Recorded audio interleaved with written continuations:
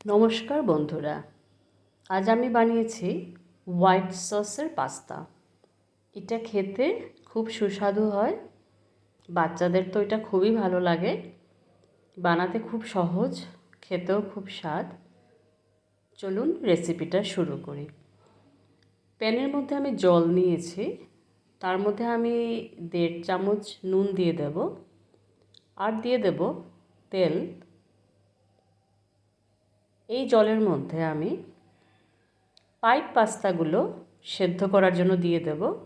250 গ্রামের মতন পাস্তা আছে এখানে। এটাকে আমি সেদ্ধ করে নেব। 7 থেকে 10 মিনিট সেদ্ধ করতে হবে। সেদ্ধ হয়ে গেছে, তারপর জলটাকে আমি ড্রেন করে নিয়েছি। তারপর ট্রান্সফার করে নিয়েছি আরেকটা বাসনে। তার উপরে আমি একটু সাদা তেল দিয়ে দিলাম। এখন একটা কথা বলি, ঠান্ডা জল কিন্তু দেবেন না। ঠান্ডা জল দিলে টেস্টটা একদম নষ্ট হয়ে যায়। সেদ্ধটা এমনভাবেই হবে যাতে চামচ বা ছুরি দিয়ে কাটলে এটা একদমই সহজে কেটে যায়। এদিকে আমি একটা প্যানের মধ্যে একটু তেল দিয়েছি, বাটার দিয়ে দিলাম 1 চামচ। আমি একটু সবজি দেব, আমার বাড়িতে যা আছে তা ছোট ছোট করে কেটে আমি এটাকে ভেজে নেব। প্রথম দিয়ে দিলাম পেঁয়াজ, একটা পেঁয়াজ আছে এখানে। পেঁয়াজটাকে ডাইস করে কেটে একটু ভাজার পরে আমি টমেটো দিয়ে দিলাম। টমেটোর বীজগুলো আমি দেইনি, আপনারা চাইলে এটার মধ্যে গাজর দিতে পারেন। এখন আমি দিয়ে দিলাম রসুন কুচি 5-6টার মতন। রসুন কুচিটা এই সময়ই দিতে হবে, নয়তো এটা পুড়ে যাবে আগে যদি দিতাম। এখন দিয়ে দিলাম ক্যাপসিকাম, দিয়ে আবারও এটাকে নাড়াচাড়া করে নেব। বাটারের মধ্যে এটার গন্ধটা কিন্তু বেশ ভালো লাগছে। এখন এটার মধ্যে দিয়ে দেব আমি অরিগানো, 1 চামচ অরিগানো দিয়ে দিলাম। আর দিয়ে দেব গোলমরিচ। গোলমরিচটা আপনাদের আন্দাজ মতন দেবেন। আবার এটাকে আমি ভালো করে সটে করে নেব। একদম একটুক আমি নুন দিয়েছি এটার মধ্যে।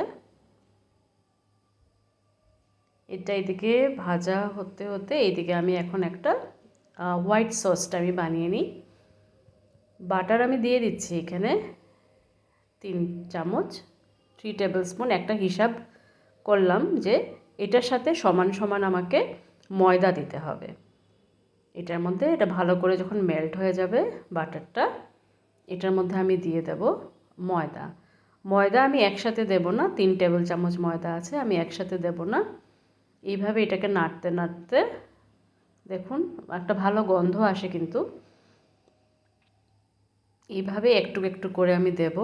এখন বাকি ময়দাটা এটার মধ্যে আমি দিয়ে দেব, দিয়ে এইভাবেই আমি নাড়তে থাকব।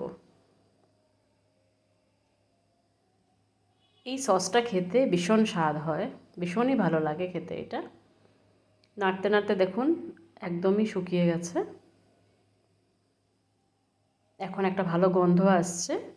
এই সময় আমার দুধ দিতে হবে। দুধ আমি নিয়েছি এখানে 1/2 লিটার। একসাথে সব দুধ দেব না, দুধ একটু একটু করে দেব। আর নাড়তে থাকবো এইভাবে। লাম্পস থাকলে ভালো হবে না জিনিসটা, তাই লাম্পসগুলোকে ভেঙে দিতে হবে। এইবার আমি পুরো দুধটাই দিয়ে দিচ্ছি, দিয়ে আবারও আমি ভালো করে নাড়তে থাকবো। একটু সময় লাগে লাম্পসগুলোকে ভাঙতে। এখন মোটামুটি লাম্পসগুলো আমার ভেঙে গেলে এটার মধ্যে আমি দেব চিজ, দিয়ে দেব আমি এটাতে। লাম্পসগুলো দেখুন এখনও অনেকটাই বড় বড় রয়ে গেছে। ব্যাস আমার হয়ে গেল। লাম্পসগুলো নেই এখন এটার মধ্যে। এখন আমি দিয়ে দিলাম চিজ। আমি আমুল চিজটা দিয়েছি, আপনারা মোরজেলা চিজ দিতে পারেন। আমি চিজ দিয়ে আবারও এটাকে নাড়তে থাকবো। চিজটাকেও আমি এটার মধ্যে মেল্ট করে দেবো। এইভাবে নাড়তে নাড়তে দেখুন আমার হাতাটার পেছনে এখন আমি হয়ে গেছে আমার এটা। হাতার পেছনে দেখুন এইভাবে থাকবে, তখন বোঝা যাবে যে সসটা আমার মোটামুটি কমপ্লিট হয়ে গেছে। সসটা রেডি। এখন আমি সেদ্ধ করা পাস্তাগুলো এটার মধ্যে দিয়ে দেব।